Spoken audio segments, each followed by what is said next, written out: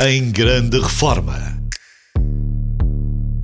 Bem-vindo ao Em Grande Reforma, um podcast da Renascença com a FNAC. Neste podcast, eu, a Inês Lopes Gonçalves e também a Ana Galvão, celebramos os recomeços e descobrimos como o fim de uma carreira é sempre o início de novos desafios, novas paixões e novas histórias para contar. Hoje não temos propriamente aqui um fim de uma carreira, porque na verdade é uma carreira contínua. Recebemos hoje um grande senhor da comunicação e um dos principais suspeitos, eu diria, do mais ternurento boato alguma vez inventado, que é o meu rico paizinho, Júlio Isidro. Olá, Júlio. Olá, querida filha. Um boato que nós não fazemos assim tanta questão de desmentir quanto isso, não é? Não, eu acho muito ternurento. O carinho que tenho por si é como se fosse minha filha mesmo. Júlio, muito bem-vindo. Muito obrigado. Júlio, aqui pelas minhas contas, nós estamos a dias, não muitos dias, menos de um mês, do Júlio completar 80 anos. 5 de janeiro Consta que sim, de 1945. consta que sim. E continua a sofrer de terrível bicho carpinteiro. Quer dizer, entrou-me na pele, ainda não me largou. Eu às vezes ponho até uns produtos para a pele e tal. Passa. Mas não passa. Porque nós temos recebido muitos convidados recebemos vários convidados neste podcast e muitas vezes falamos aqui da questão da reforma ou da ideia do recomeço. Não se pode propriamente falar em recomeço com o Júlio, tendo em conta que não parou nunca, na verdade, continua sempre, não é? Realmente eu penso que o meu recomeço está programado para daqui a 10 anos, ou assim, se eu fizer uma pausa de um mês, porque eu nunca tive férias de um mês. Nunca ao longo destes anos todos. Quer dizer, não é? em termos de trabalho, é evidente, não é? Quando estudava, é evidente que sim, havia aquelas férias grandes que duravam 2 meses e tal. Mas desde que me lembro como trabalhador, nunca tive um mês parado. Portanto, se eu tivesse um mês parado, já havia um recomeço. Não, ali tenho umas pequenas pausas para descansar. E o que é que acha, Júlio, que depois de tantos anos, tantas décadas da comunicação, o que é que ainda o faz acordar de manhã com vontade de continuar? Eu vou-lhe dizer o que é que me faz vontade de não continuar. É a segunda circular. É só isso. Imagino ser o trânsito o motivo. Pronto, porque eu vou 4 a 5 vezes por semana à RTP. Desses 4 a 5 dias, 3 estou a editar as peças que meto no meu Inesquecível, são todas editadas por mim, e o outro dia para gravar o programa. Acontece é que quando me meto no carro para ir editar, sei que, particularmente nesta altura, não sei porquê, a percentagem de acidentes é enorme. A fúria do trânsito. Sei que vou cheio de ódio. Quer dizer, esta estrada vai dar cabo de mim. Não estou nada a ver Júlio Isidro aí dentro do carro a praguejar. Não praguejo, mas Ok. penso, porque senão era pecado. Mas a minha pergunta é esta, Júlio. Podia perfeitamente, sei lá, pensar, agora pronto, vou ficar na minha casa, vou ficar no campo, vou dedicar-me aos meus aviõezinhos de que o Júlio gosta tanto. Mas a verdade é que não. O que é que está aí que faz com que O que eu penso é o continue a seguinte: apetecer-lhe?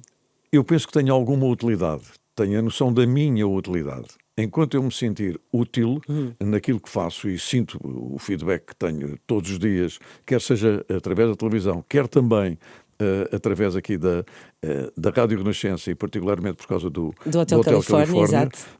Eu sinto que todos os dias as pessoas me dizem: faça favor de continuar, é obrigatório continuar. E olha, ainda ontem, exatamente à saída de um concerto belíssimo da Orquestra Pop Portuguesa no Casino, vêm 2 senhoras, vêm ter comigo, tínhamos acabado o concerto e dizem: olha, mas no sábado é Hotel Califórnia. Assim, é? E da mesma maneira que estivemos aqui a ouvir canções de Natal, também vamos ouvir no programa. Ainda bem, sim senhor. Portanto, quer dizer, isto, e há outras pessoas que dizem assim, que têm aí 40 e tal anos, sabe uma coisa, cresci consigo. A ideia de crescer comigo é a ideia que eu estou a diminuir comigo. Mas pronto, de qualquer maneira, eu cresci consigo. É aquilo que habitualmente me costumam dizer. E tiro muitas selfies em que normalmente o discurso é: olha, deixa-me tirar uma selfie que é para eu dar à minha avó. Pronto, isso, enfim. Em termos geracionais, o Júlio já leva-me abarca à aqui conclusão. uma idade de fãs Exatamente, muito, exato. muito Mas eu penso que mais grande. o cabelo branco ou louro pintado. Claro. Ou seja, essa ideia de utilidade, eu imagino que não seja só numa perspectiva daquilo que pode fazer pelos outros, porque acredito que essa utilidade também lhe sirva a si. Eu confesso que é um ato de egoísmo também. porque realmente referiu-se a imensas coisas que eu gostaria de fazer mais, porque Claro. faço apesar de tudo. Faço é pouco como gostaria de fazer, porque, por exemplo, estou a escrever incessantemente a minha segunda autobiografia e as editoras andam sempre à procura de novidades e eu digo, já lá está, pronto qualquer dia, não é?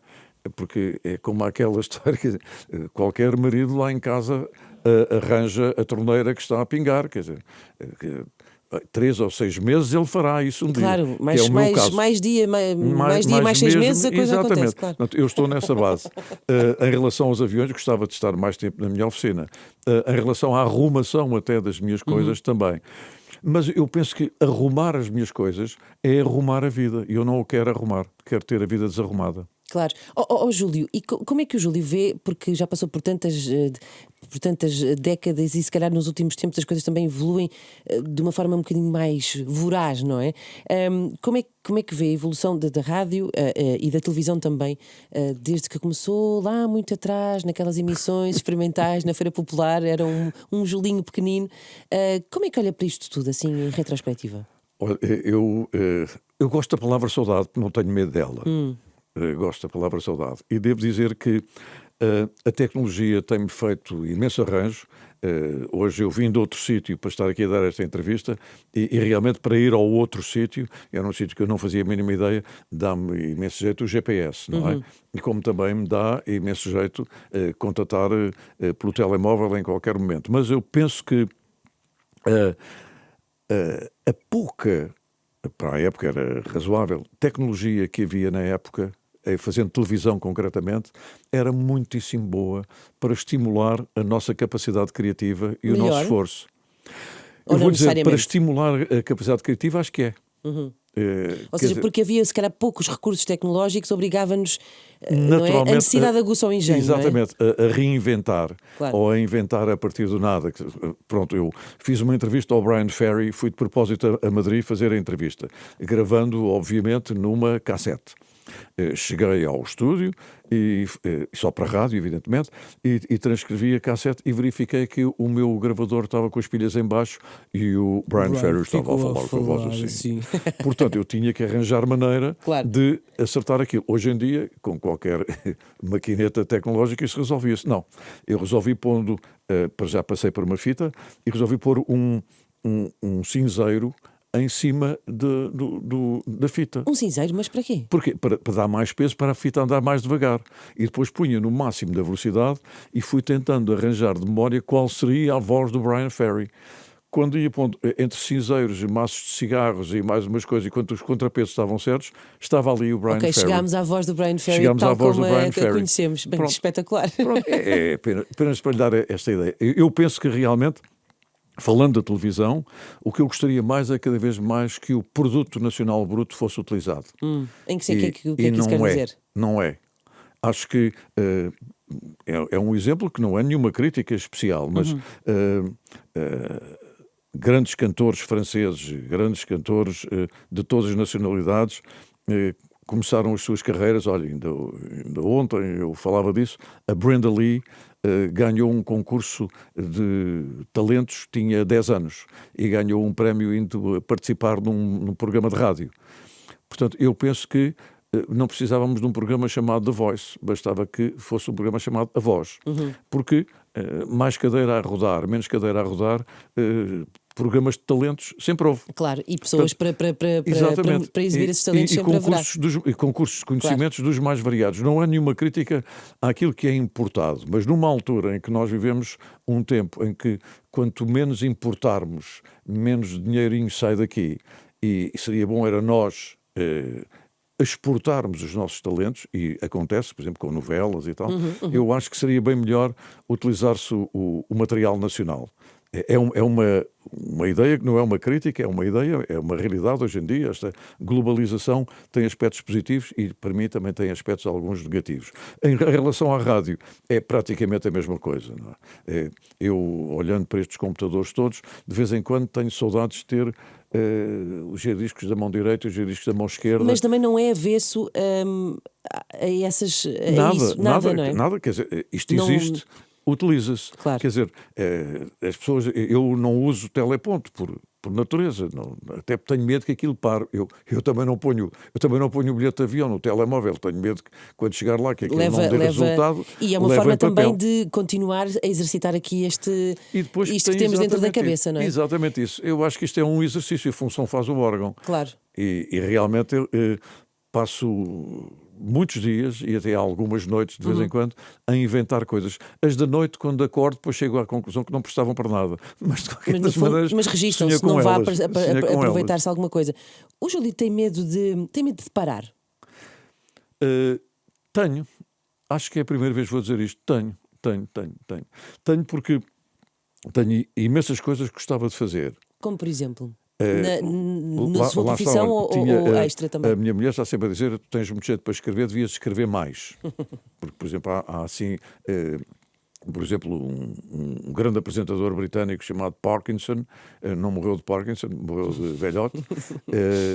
A partir de determinada altura fazia só 2 galas por ano, a grande gala de Natal, E a grande dedicava gala o resto de do fim seu de ano. tempo à escrita. E escrevia, por exemplo. Mas eu acho que era capaz de não ser um grande estímulo para mim escrever todos os dias. Não é? Depois também ir para a minha oficina construir os meus aviões, se calhar em determinada altura já me doeu as costas de estar ali com a cabeça virada para baixo. Portanto, quer dizer, acho que teria medo de em determinada altura da minha vida estar assentado num sofá e ser aquilo que os americanos chamam de batata de sofá. Exato. A ver televisão. Ou pronto, não é a ver televisão, é levar com televisão nos olhos, que é uma coisa completamente diferente. A ser levado pela televisão. Júlio, já falámos aqui de todas as coisas que gosta de fazer para além daquilo que é, se calhar, a sua faceta mais pública, como sejam a televisão ou a rádio. Sabemos também que gosta muito de estar na sua oficina com os seus aviões, de escrever. Ter hobbies é muitíssimo importante. Olha, eu devo-lhe dizer que acho que o que eu mais lamento é o jogo da sueca no jardim. Um bocadinho como aquela imagem de Exatamente. ser a única coisa que ocupa quem já exatamente. está numa idade mais avançada. Então a discussão sistemática sobre a estratégia ou a tática que o meu clube teve para perder o jogo e, sobretudo, a responsabilidade do árbitro, não é? Que dá discussões imensas e vazias do meu ponto de vista. Portanto, eu acho que ter um hobby é uma coisa fundamental, nem que seja fazer o Castelo de São Jorge com fósforos, mas que façam qualquer coisa. Há milhões de coisas que se podem Há fazer. milhões de coisas, há milhões de coisas. Colecionar selos, seja o que for, ou até alguma atividade física. Claro. Eu imagino que algumas pessoas até lhe perguntem, amigos e não só, se calhar até um bocadinho assustados com esta ideia de parar ou de deixar de exercer uma profissão, que se calhar que lhe peçam conselhos ou que vejam em si até um exemplo como uma pessoa que se mantém ativa. Procurou-no para esse tipo de conselhos. O que é que costuma dizer a quem lhe pergunta isso? O que eu costumo dizer é o seguinte, é que há pessoas que durante as suas vidas tiveram trabalhos. Outros tiveram profissões. E realmente as pessoas que só tiveram trabalhos provavelmente estiveram num sítio ou em várias empresas, seja como for, onde não se realizavam. E eu compreendo perfeitamente que estejam a fazer uma contagem decrescente nas suas vidas para o dia que se libertam. Ou seja, então quando para o Júlio diz uma profissão, já é aqui associada uma ideia quase de uma vocação. Uma profissão subentende o amor por qualquer coisa. Ou uma afeição, pelo menos, não é? Agora, as pessoas que passam, quando recebem o calendário do ano, vão fazer as contas para saber quantas pontes é que podem fazer, eu não faço ideia. Eu nunca atravessei pontes, a não ser esta ou a ponte de São Francisco. Ou seja, gosta realmente daquilo que faz, não é? Eu gosto muito, particularmente por o seguinte, porque tenho a certeza que a minha humanidade é transportada para os outros.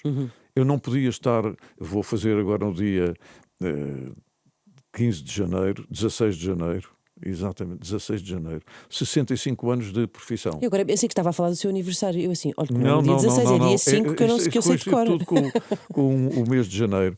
E realmente são 65 anos a trabalhar, quase não dei por isso. Tenho muitas coisas feitas, algumas bem interessantes, de vez em quando vou contando, mas olha, esta agora saiu de repente, esta do Brian Ferry, mas tenho muitas histórias para contar, mas também tenho a ideia de que me falta fazer tanta coisa. E como, como por exemplo?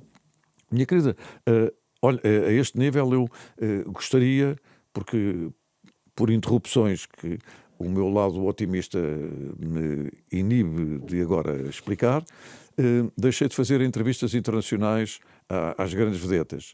E havia eu gostava de retomar. Hoje em dia também já é mais difícil porque as entrevistas diretas já quase não Sim, se já é um bocadinho fazem. mais Porque inacessíveis, agora claro. Sim, sim. é tudo online e não sei o quê. Eu não tenho prazer nenhum em estar online com a Julie Roberts. Tive muito mais prazer É muito mais interessante estar em com a dar, Julia em Roberts dar em uma pessoa. beijoca. Pois claro. Então, olha, eu também sou Júlio, foi assim que eu comecei. Que não pode ser mais piroso, não é? Não É Júlia, interessa. eu também sou Júlio, então dá cá uma beijoca. Então, pronto. Portanto, isso valeu a pena. Portanto, Claro. gostaria de fazer isso e penso que seria um dos objetivos da minha vida. Como também, em termos de rádio, gostava de fazer mais. Gostava de fazer mais, quer dizer, acho que o encontro semanal que tenho com o Paulino Coelho e com tantas pessoas, eu nem imaginava que o programa já estivesse tão popular. E chegasse a tantos E ouvidos, não é? realmente é um facto, é muito bom. Mas tinha-me lembrado de fazer uma coisa que eu ia chamar um programa de rádio. Um programa de Um rádio, era programa de assim que se chamaria. chamava-se um programa de rádio. Porquê que era um programa de rádio? Que eu ia fazê-lo rigorosamente à maneira como os fazia há uns anos atrás. Provavelmente com todos os tiques daquela época. Mas acho que era um programa que teria alguma graça. E com isto acabámos por não falar dos tais conselhos que daria a quem se calhar A se quem- procura manter ativo. Portanto, já percebemos que a quem eu- hobbies muito com importante, quem exercitar a sabe cabeça, porquê? não é? Porque a maior parte das pessoas com quem eu contacto neste estádio em que eu estou, normalmente não dizem que estão aborrecidos. Não dizem que estão aborrecidos, mas eu tenho a percepção que se estivessem ocupados estariam mais felizes. O que eu lhes digo normalmente é isso. Pronto, provavelmente deixou o seu emprego, esteve empregado, não é? Exato. E até compreendo, porque provavelmente estar Mas às vezes as pessoas podem estar tão, digamos, desabituadas de estar em contacto com aquilo de que gostam, que se calhar isso lhes roubou essa capacidade de chegarem a É isso. essa felicidade, não é? Sabe, porque eu, aliás, costumo dizer que eu tenho como atividade vencer a inércia. Pronto, é E isto. anda a ganhar por grande vantagem, não sente? Eu acho que ganho com imensa vantagem. Ainda outro dia, há poucos dias, há lá um nosso assistente de realização, que é o Pedro Preto, penso que conhece com certeza, Sim. viu-me atravessar o pátio, vindo do refeitório, de novo para a sala de edição, e diz-me assim: o Júlio anda com uma ligeireza. Ele não sabe o que é que me disse de coisa boa, não é? Pois. Portanto, é isso, quer dizer, eu acho que, aliás, é uma das perturbações que tenho, é a imagem do lar. Porque no lar as pessoas são sentadas, saem da cama, tomam o seu pequeno almoço, são sentadas e veem televisão, Aquela lá está, ideia da pessoa levam muito com a televisão imóvel, não é? o Muito dia inteiro quietinha. e vão diminuindo até a sua mobilidade, para além da mobilidade, até a mobilidade mental. Claro. Não tenho dúvidas nenhumas que há doenças relacionadas com as demências, que são várias. O Alzheimer é uma das demências que pode acontecer às pessoas com maior atividade intelectual. Não é? Para mim, o caso mais extraordinário foi o Luís Vilas Boas. O Luís Vilas Boas era um homem verdadeiramente exaltado do seu ponto de vista intelectual, Claro. e acabou por falecer com Alzheimer. Mas eu acho que se nós fizermos um esforço, eu, por exemplo, sempre que tenho um lapso de memória, e tenho vários, Evita ir de nomes, procurar. nem que eu esteja uma hora. Nem que eu arrume aquilo num cantinho da Claro, minha cabeça. e depois há um momento eu em depois que eu hei de me lembrar. temos muita pressa sempre de saber tudo, não é? Exato. E é interessante como o Júlio, no fundo, em tudo aquilo que faz, e são muitos programas diferentes, mas é um bocadinho esta ideia de cuidar de digamos, de um património, eu diria, se calhar coletivo, para o qual as pessoas às vezes já não têm tanto tempo, não é? E eu acho que também, quando o Júlio fala em utilidade, é um bocadinho esta ideia de ainda contar e mostrar, ou seja, no fundo, preservar e cuidar e acarinhar a memória coletiva. Não é? A minha memória ao serviço da memória coletiva. E devo dizer que acho que isso é uma obrigação social. Quer dizer, é muito mau nós vivermos uma geração, e já estamos a viver algumas nesse sentido, em que a premissa é: o que foi, não conta para o campeonato. Agora o que conta é o meu futuro. E ninguém consegue perceber que só se dá um passo à frente desde que o pé esteja bem assente, pelo menos no presente. E eu acho que quando, por exemplo, morreu o Paulo Alexandre, Paulo Alexandre, que cantava o Verde Vinho e que eu acho que tenho... As pessoas, eu ia dizer uma coisa que não tenho a certeza, tenho a obrigação de saber, mas pronto. E eu já construí um inesquecível todo Tem a dedicado a obrigação, se ele. calhar, de querer saber. É, mas custa alguma coisa. Quer dizer, está comprovadíssimo que nós utilizamos 10% da nossa capacidade mental.